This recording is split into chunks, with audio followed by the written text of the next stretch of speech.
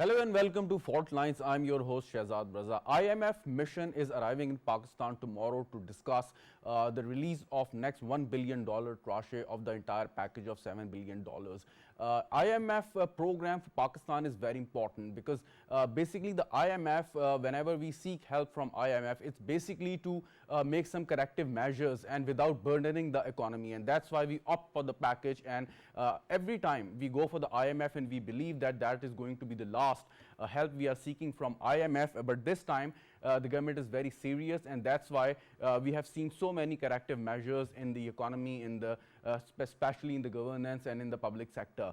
When IMF mission is arriving, there is a tough situation. Pakistan or the FBR is facing a shortfall of 600 billion rupees in the revenue collection target in the first 8 months of the current financial year. I mean, this is the huge gap which we are going to bridge in the upcoming 4 months until this financial year ends. So how we are going to do it and how we will satisfy the IMF review mission which is arriving tomorrow. But Pakistan has almost fulfilled all the conditions IMF set to put the economy on the recovery track. This is the key point we are going to discuss in this program, and I am Dr. Aima Mehdi joining me in this program on the video link from the United Kingdom. Thank you very much, Dr. Aima Mehdi, for your valuable time. Dr. Nasir Iqbal is also with us. Thank you very much, Dr. Saab, for your time as well. Dr. Waqar Ahmed, he is also a very well-known economist and joining us in the program. So eminent panelists are with me in this program today, and first of all, let me go to Dr. Aima Mehdi. Dr. Saiba, the question is, whenever any country, Pakistan or any other country, when they are engaged with IMF, so the political government, they really cannot take populist decision or the decision which the common people really want the government to take. In simple words, the relief, the much expected relief, every time the people are seeking from their popular leader. So, but when you are in IMF program, it's a very tough choice that you already made. So, how you are going to balance it, how the government is going to balance between satisfying IMF and also satisfying the common people of Pakistan? I mean, it's a basic question that how government is going to, maintain the balance. Thank you. Thank you for having me on the show, and thank you for such a comprehensive question. So, as we know that Pakistan is in the 37th Extended Fund Facility with the IMF, this also makes Pakistan the most frequent borrower from the IMF, and most of the time the money that we borrow from the IMF goes in our government's expenditures, or around 60% goes in the repayment of the interest payments of the outstanding loans already. However, with the 37th Extended Fund Facility, the IMF made it very clear that it will have a very close eye on like things like a monetary balance, fiscal balance, taxation, governance, like these 4 pillars. And IMF has indeed kept a very tough eye on these things, which is why we've seen that there's an increased burden of taxation on the salaried class in Pakistan, just because it makes it really easy for the government to tax the salaried class and to then obtain it in terms of indirect taxation and then pay it back. Also, we've seen that government has taken very strong measures in making, filers and not filers, and what filers can do and what non-filers can do. So the government has taken affirmative action in that sense, that it has tried to gauge as many people as it could in terms of taxation. Also, we've seen that in terms of governance, government is trying to, trying to involve IMF as much as possible to ensure that IMF is indeed satisfied with how we're taking governance measures in the country. However, I do see that IMF really did warn that there'd be more economic business activity in the country, and which is why the central bank brought the policy rate down, and which it has come down lower since in the last 5 years. However, the taxation system is flawed in the sense that the question, relating it to the question that how government is going to ensure that it is a streamlined, safe, and easy. What measures the government may or may not take to bridge that gap of 600 billion rupees, which is a very big gap. But the question is, and again, the working of the IMF, mostly the people, who are part of the review mission, they are coming outside. They are the foreigners, maybe from Europe or the United States of America. in those countries, the system, very strong systems are in place. People have this tendency, and they have this routine of paying taxes every time whenever they earn anything through their businesses or through their salaries. But whenever the conditionalities or conditions are set for the countries like Pakistan, do they also consider the ground realities? And we don't have a strong system to begin with. And secondly, the tax culture, the true meaning of tax culture is missing in Pakistan. So the ground reality is very much important. So whatever target you set as a condition against the condition of IMF, you think that it is realistic or unrealistic? I think it's a very tough target because it really juices up the middle and the lower class, because whatever tax measures that the government has so far taken does not include the very high income or business based notch of the general public. So it is a very tough target, and a salary class have mostly been burdened by the whole debt. The thing is, in if you're comparing it to the first world countries, there's a culture of taxation, and then you see the tax money being paid back to the public, because that's how the fiscal budget works. You take the taxation from the general public, and then you give it back in terms of health, education, infrastructure. If it has to go through like sort of like maintaining or building dams, etc. In Pakistan, unfortunately, we haven't seen this in since 1947, which is why it makes it very difficult for people to have trust in the budget system and to pay towards this system. Right now, the way the government is trying to tax the salaried class is also been highlighted to the IMF, where they have seen that it's only the salary class who have been budgeted really toughly. And we need to see more taxation towards, for example, agricultural But this is the way, this is the debate which been ongoing. You mentioned 1947, but for many, many years that people are discussing and debating about this and arguing. Dr. Nasir Iqbal, people say that we don't pay tax to the people, they evade tax just because they don't believe that the money they are paying to the government as a tax, they would not be, spent rightly on their welfare, health, education, as Dr. Ayma just pointed it out. But don't you think that it's the obligation, whenever you are earning money through your businesses, or you are getting a salary from private sector through a public sector, it's your obligation to pay the tax regardless whether that tax amount is being spent honestly or not? I mean, it's your obligation because you are earning money at the first place. Dr. Saab. Thank you so much. I would slightly differ, but you said that we are not paying taxes. We are over tax nation. If you look into the way how we paid, even if you use ₹100 mobile card, you will have to pay around 40 to 50 rupees as a tax. I'm a salaried person and I'm paying around like 20. Let me specify that I was talking about the direct taxation, not indirect taxation. This is a part of entire taxation system, that there are two components. One is direct tax and other is indirect taxes. The question is not about whether we are paying less tax or more taxes. The question is how we use the existing tax structure and how the fair system is. This is a big question that I slightly touches upon that we are struggling with the taxation system.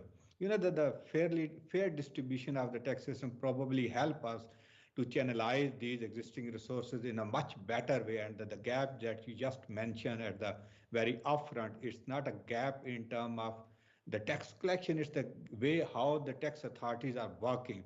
You know that the Pakistan is one of the countries where the tax expenditure is much higher as compared to the all other countries. Tax expenditure means the tax holidays and tax rebate we are giving to a very upper class. So if we only remove those tax expenditure, it will solve all our problems. Maybe like 300 trillion, like amount that is a tax expenditure we are paying in the name of rebates, in the name of holidays, in the name of other concession. So we are just focusing on the one segment of the society, as I'm also mentioned that the salaried class is paying massive taxes. And we didn't talk about the expenditure side of this. Again, the argument is given whenever such a subsidy or a concession is given to the class you are mentioning, especially the industry. So that concession is normally and mostly given when to make your product more competitive in the international market. So yes, if you go for that economic argument that if we have an infant industry, we definitely have to feed. But how long we call it an infant industry? Our textile sector is taking subsidy over the last 75 years. Our automobile sector is highly protected. Our fertilizer sector is highly protected. How can we Pride that our textile sector is, working and progressing so well. That's why we have good textile export all across the globe. So this is again myth. The competitiveness is shifting from the raw material or intermediate goods to the final good. Look at the neighboring country. Look at the example of Bangladesh. We have to be more like more practical in terms of defining our growth strategies, in terms of defining our tax structure, in terms of maintaining the subsidies. The very fundamental principle of this industrial policy is we have to subsidize only activities rather than the entire sector that have a spillover effect, that have an innovation, that have a growth potential. We'll come to that in detail, Dr. Nasser, but let me bring Dr. Waqar Ahmed here. Dr. Waqar, can you hear me? Yes.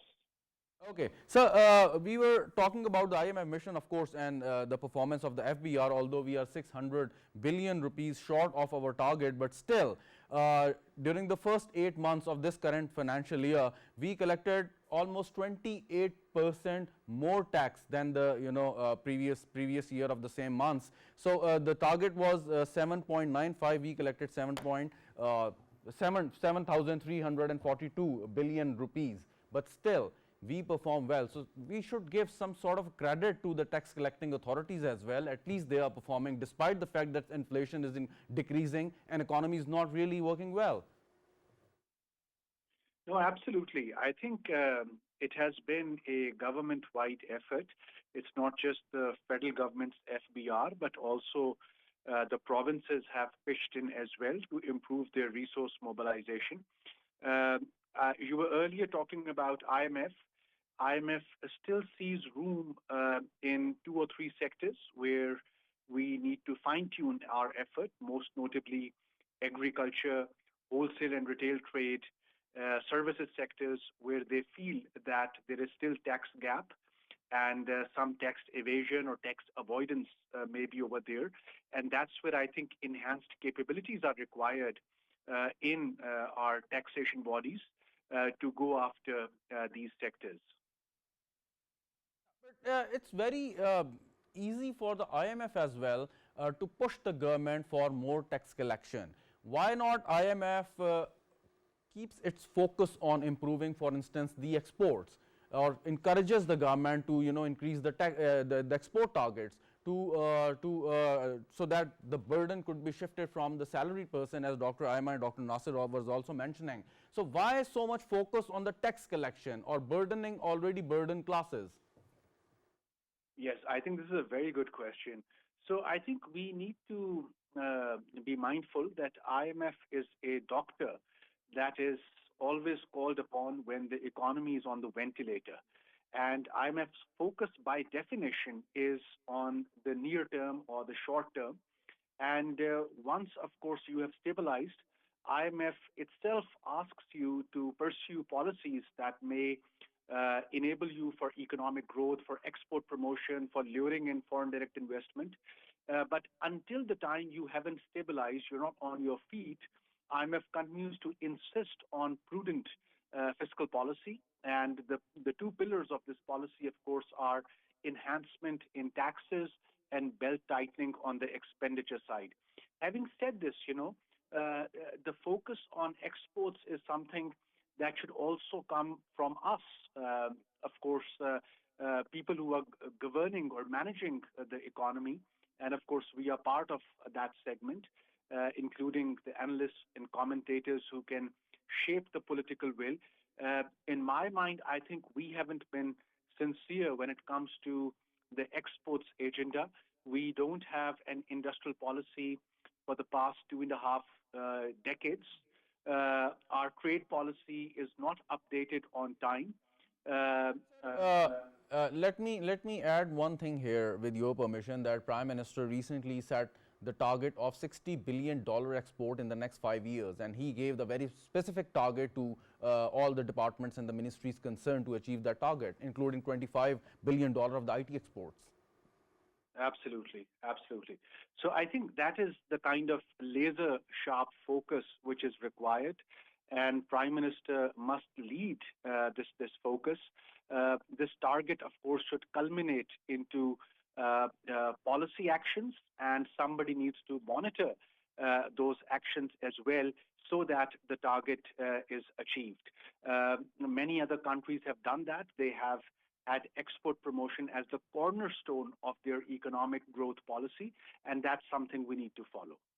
All right, Dr. Ayman, normally, as you just mentioned, that IMF is basically, whenever a country is engaged with the IMF, it's to recover the economy, and Dr. Waqar just mentioned that when the economy is on the ventilator, and that's why you go for the IMF for the much needed financial cushion for the corrective measures you are going to take. The question is, some popular leader, not only in Pakistan but everywhere in the world, they don't take IMF with open arms. What they say is that IMF is basically there to dictate you, so that you can be in the hands of those people in the international financial institutions, and you really cannot take good decisions which are in the benefit of the local population, the poor segment of the society. So that is a very tightrope every government has to walk on whenever they are engaged with the IMF. So how to get rid of it?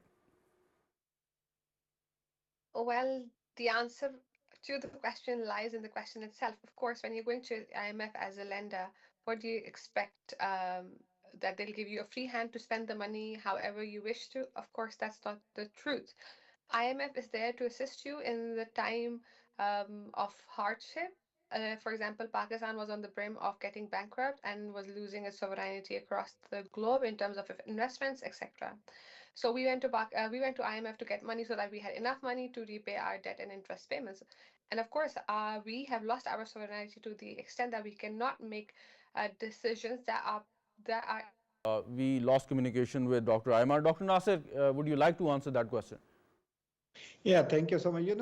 This is again a perception that we always try to sell, that we are dictated by the IMF, and IMF has a tough conditionality to channelize the resources. So yes, of course, to some extent this is true, because we don't have our own plan. If we have an alternative plan, we sell to them that, look, they are looking for the return of their loan. That's the only concern that they have. How we can manage, either by reducing our expenditure. About Dr. Saab, what plan you are talking about? Like, you know the state of economy in Pakistan, you know the political situation here, what type of neighborhood we are living in, what sort of plan you are talking about here? That's what I am asking you, what kind of plan we presented to the IMF. We presented a very comprehensive plan to government of Pakistan, where we suggested significant reduction in taxes across all taxes, to channelize in such a way that will give a push to the market economy, that will increase our economic activity. Would IMF review mission be okay with that? That we are, if this plan is workable, that you are offering such a massive tax relief to entire segment of the society? We implemented our suggestion. Probably it will increase much higher tax as compared to what we are assuming in this session, and we are claiming that we have a significant decline rather than we are matching the target that we have. In simple words, are you saying that you decrease the tax ratio and increase the base? Yeah, no. The question is that we suggested to decrease the tax rate and also include those who are excluded from the system, because for that there is a required a will by the government. In simple words, increase the number of taxpayers, in simple words.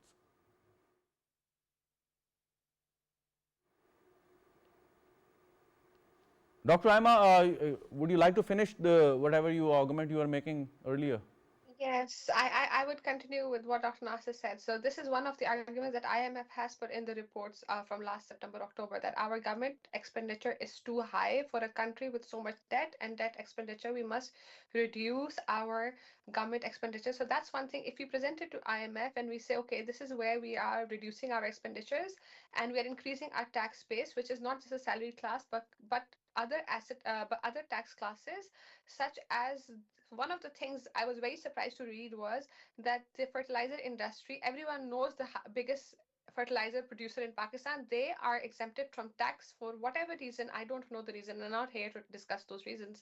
If we could just tax them simply, then we can have a lower tax rate on salaried class or maybe the lower middle class, and we can get a higher tax return from those big businesses, which is how we can equalify the whole tax effect, and we can collect a lot of tax revenue. And I want to continue on one of your points which you said earlier about our textile sector. Pakistan used to be the leader in textile sector. However, if you see year on year since last 25 years, our exports of textiles have decreased exponentially, and the reasons are very clear, and the answers are also very easy. One, our we didn't have enough electricity. Two, we didn't have enough water, and our harvest rate has been going down. Three, there has been mass increase in housing societies that has affected our water table. So if we kind of one by one answer these questions, our textile exports can increase a lot. We do not have to give them a tax holiday because they are not infant industries. They do not require a tax holiday, but they need systematic fundamental changes. So we need to give them uninterrupted power supply so they have enough electricity. We need to ensure that we have enough harvest to give them the raw material. Okay, fine, that's fine. But at least we got rid of one challenge, that is the continuous supply of the electricity or the power, as you were mentioning. We have surplus power at the moment. But the question is, what about those countries which don't have the raw material? They import the raw material and then they refine it, value add it, and then export to the other countries, and still they are, doing fine.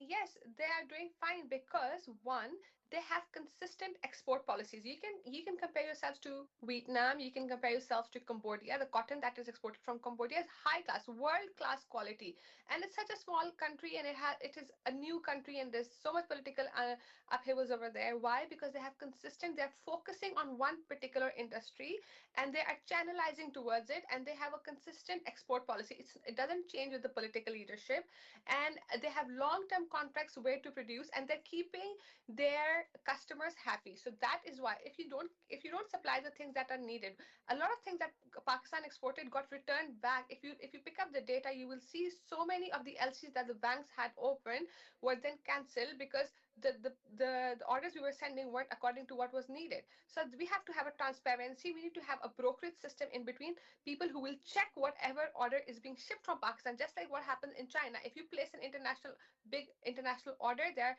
are third-party brokers in between which check and ensure that these orders are up to class. So we need small changes in the bigger frame of things. We need small changes to ensure that the things go directly. So that's the thing. That's all I would want to say about this question. All right, all right. Thank you very much, Dr. Aima Mehdi, for your valuable time. Dr. Waqar, the government is making efforts. It has lowered the interest rate, trying to improve the growth rate in the country, giving some sort of relief to the people much needed who need those reliefs, especially in those sectors which are exporting valuable goods to the international market. But the question is, all these measures take time. And as an economist, what would you say when we are in the IMF engagement in this agreement, but at the same time, we don't have a magic wand to change things overnight? So how much time we are looking for? Every time we ask, the people say that 5 years, 10 years, they are. It's not the time that we are looking for. Maybe the improvements or the shift can take place in, let's say, 20 years, 25 years. So we should wait for that long, or can we do something in the shorter period of time? Yes. So I think this has to be a phased approach. The first priority as a country should be that we need to learn how to let the economy operate without IMF. So as you were rightly pointing out early on, we have been through 22, 23 programs with the IMF, and we are still unable to learn how to stabilize and grow the economy on our own. And part of this has to do with a recurrent political instability, which sort of comes back after every few years. Part of this also has to do with the capabilities, indigenous capabilities to manage the economy. And part of this is also due to the lack of a political vision on what sort of an economy we want in this country, something which should be fair, progressive. And all in all, I think the stepping stone is that all political parties, whether there is a charter of economy or no, all political parties have to come to a consensus that first and foremost, we need to convince the fund, convince our donors, convince those who want to invest in this country that yes, one day we can function without the IMF, and we should make this current program a success. After that comes what you are saying, that where do we go from there? From there, your own test starts, and it takes almost 10 to 15 years to halve the poverty in any country. And this is the experience of China and Far East. So you're looking at a 10 to 15-year horizon within which you can really bring your poverty into half. And that's when you can truly say that the benefits of growth, the benefits of economic progress are shared and they're trickling down. Very right, very right. Dr. Usman Chauhan has also joined us in the program. Thank you very much, Dr. Usman, for your time. Now, the IMF mission is arriving tomorrow.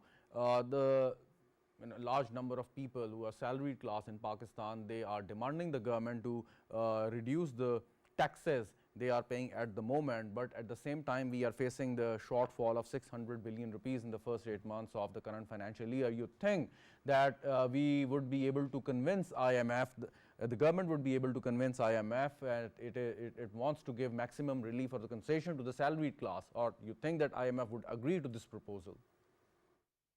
Well, I don't think the basis of this proposal would be correct, because you shouldn't be arguing for simply reducing salary class. What you should be arguing to the IMF is expanding the tax base and going after the sacred cow sectors, which is the retail and the real estate and the agriculture. Now, we have done work on that.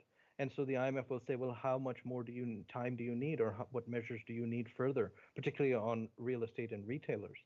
And then we should say, well, this is where we are and this is what we're going to do. So the idea of simply providing relief to salaried folk is not the way to go. And I agree with you that it is very hard for people who are earning a salary to make ends meet. If the government is able to convince the IMF that we are going to show you the alternate avenues of reaching that target, IMF may not be focusing on burdening the salary class people. What they want is to achieve the target through different means. So if the government is taxing those untaxed areas like you just mentioned, the real estate sector, the retail sector, so don't you think that IMF would have any objection if the concession is being given to the salary class persons? I agree with your fundamental point, because IMF is looking at the ends, not the means. It wants you to have a lower deficit fundamentally. And so if you could argue it and you would have something to show that you are spreading it around in a more equitable manner, then there should be no objection to reducing for the salaried class. It would be to convince IMF that we are going to tax those areas which were not taxed earlier. Those three areas, may primarily the real estate, retailers and the agriculture sector. Absolutely right. So the point is that they're looking at the end. So if you want to argue to them that we want to provide relief to the salaried class, they'd say, well, where are you going to get it from? We'd do it. We'd get it from these other sectors and then be able to demonstrate adequately that, look, we don't have to have this. The IMF won't worry about that because it's the ends that they worry about, not the means so much. And in the ends, they're looking at the deficit. As long as you can bring your deficits into harmony, the fiscal and the current account, you should be fine. It's just that it's more politically expedient to tax the salaried class, and that is unfortunate because there is no natural lobby. People gain a salary from all kinds of work, but the real estate is a lobby. The retailers are a very active lobby, and the agriculturists are the descendants of the Unionist Party. I mean, they have their interests before they have your national interests. I'm willing to say that on state TV. Yeah, Dr. Nasir, one more question about the IMF and the corrective measures. The government is tightening the belt. It is trying to right size the size of the government. By July, most of the posts which are not really relevant would be abolished or already being abolished. And secondly, the expense of the government, the fiscal deficit would be controlled. It is the ambitious target for the government at this point in time. So IMF at one hand pushing us to collect more and more taxes, and on the other hand they want us to be more efficient and capable and don't waste the money as we are doing unfortunately at the moment. So in that particular area, you think it would be easier, because not only the size of the federal government but provincial governments, the size of the provincial governments are also very large. So how can the federal government be asking the provincial government to follow the same policy?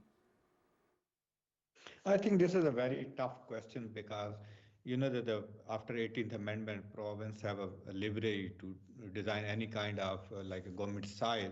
But the bigger question is for the federal government. They are running so many ministries without any intention, and that if they only close those ministries like the education ministry, health ministry, and so many other departments. One of the government owned report mentioned that around 450 departments are yet they are useless. If they close only those departments, it would put a lot of pressure on the provincial government to take a corrective measure, because now they have the leverage. They rely on the federal government for so many actions, so they don't take any action, especially to increase their own taxes, to make efficiency in their own government system, because they are relying on the federal government. But if the federal government take a very strong action, in one of the meeting, I also mentioned to the minister that look, this success of Udan is based on the action taken by the provinces, because federal can't do anything to increase the export. To As we know that Pakistan was created as a Islamic welfare state. So it is the duty of the state to take care of every citizen, every Pakistani citizen living inside the territorial boundary of Pakistan. The question is, what about those thousands of people who may lose their job as a result of the right sizing, all the ministries that you were mentioning?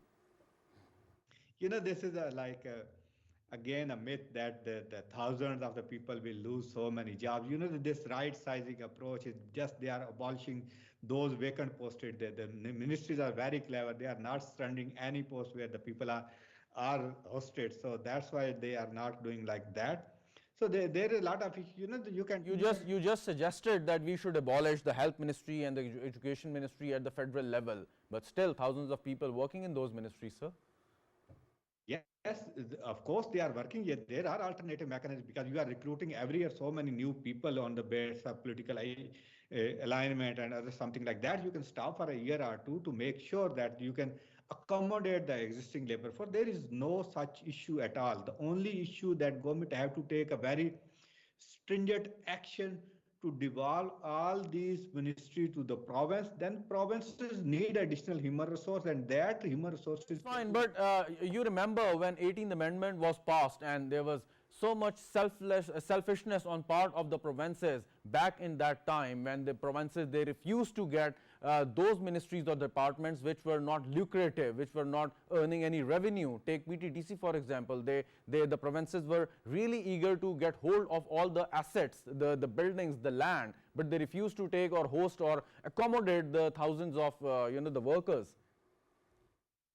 You know that the political parties and their heads are very clever. When they were designing this 18th Amendment and the 7th Anniversary, they took care of the all provinces, because they know that they have very strong footing at the provincial level rather than the federal level. So they give a lot of resources to provinces. Look how much the resources increase after 18th Amendment.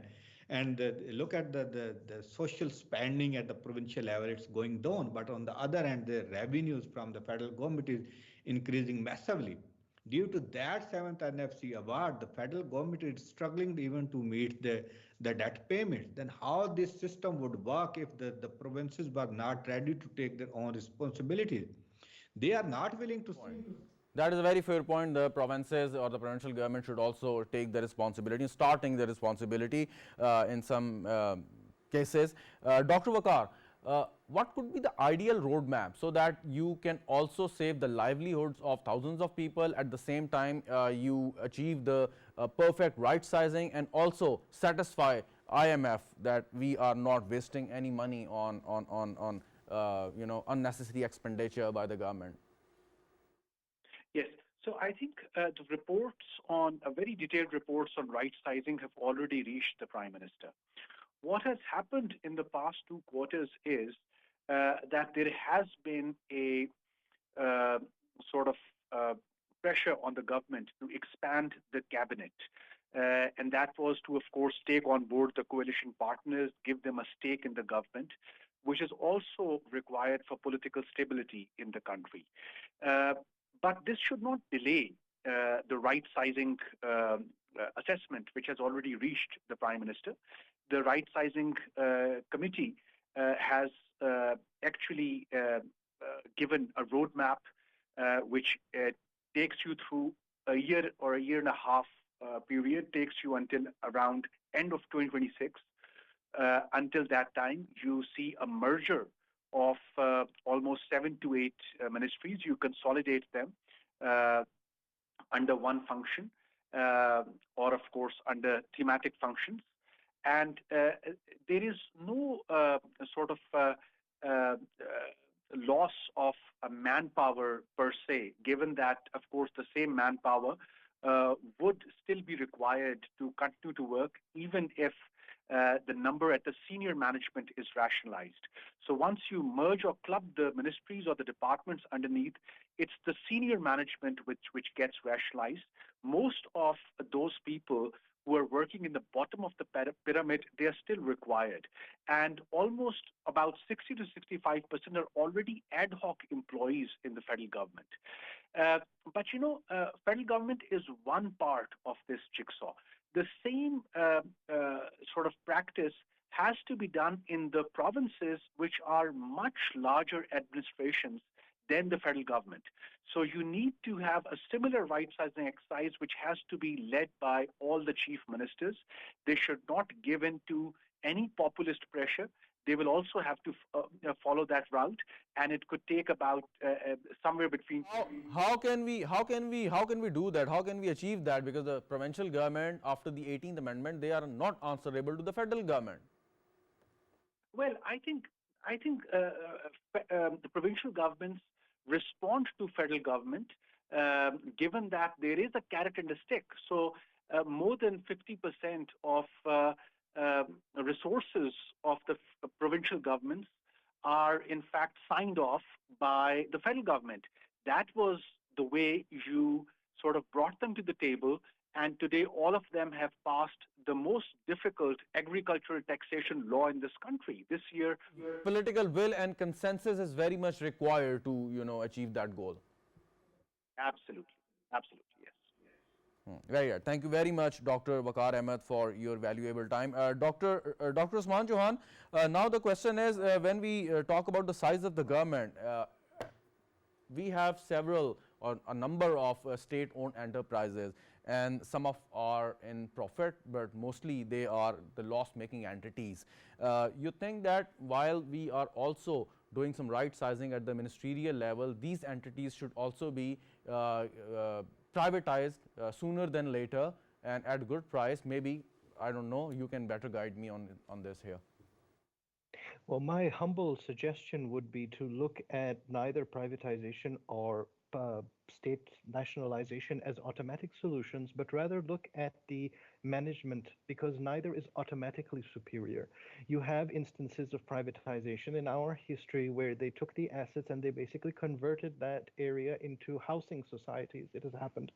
And at the same time, nationalization has also had, in many cases, not all, but in some cases, a severely deleterious effect because it was simply anti-competitive and was filled with political impurities.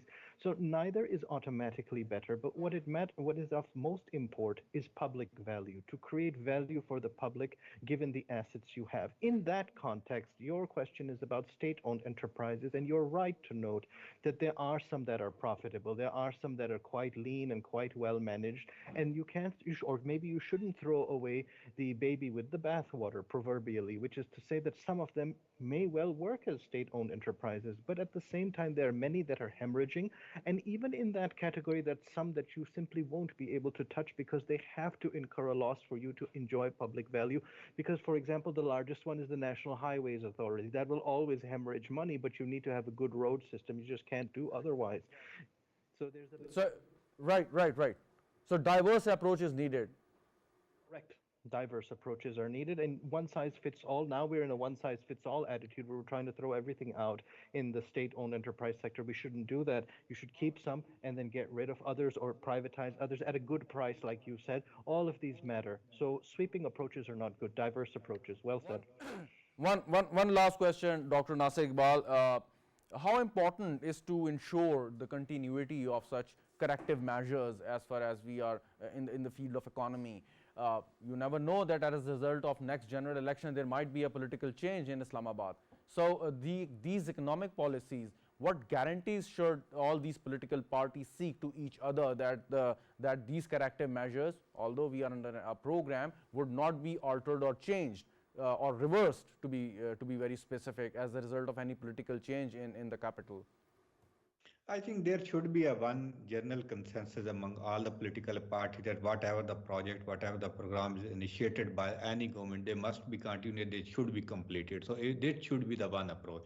Every government definitely have their own agenda. They are free to take any economic action apart from but the question is only that whatever is initiated by the sitting government or the current government, they must be completed because the public money is involved and no one be allowed to roll back any kind of economic activity that is initiated. So this kind of continuity really help us to grow and grow very fast. The one last suggestion is if we really want to grow and if we really want to fly, the only option is to allow people to do their own businesses. For that, we have to create ease of doing business. This is my last suggestion. Very right. Thank you very much, Dr. Nasir Iqbal, for your time. Thank you very much, Dr. Usman Chauhan, and thank you very much, viewers, for watching the program. Khuda Hafiz and good night.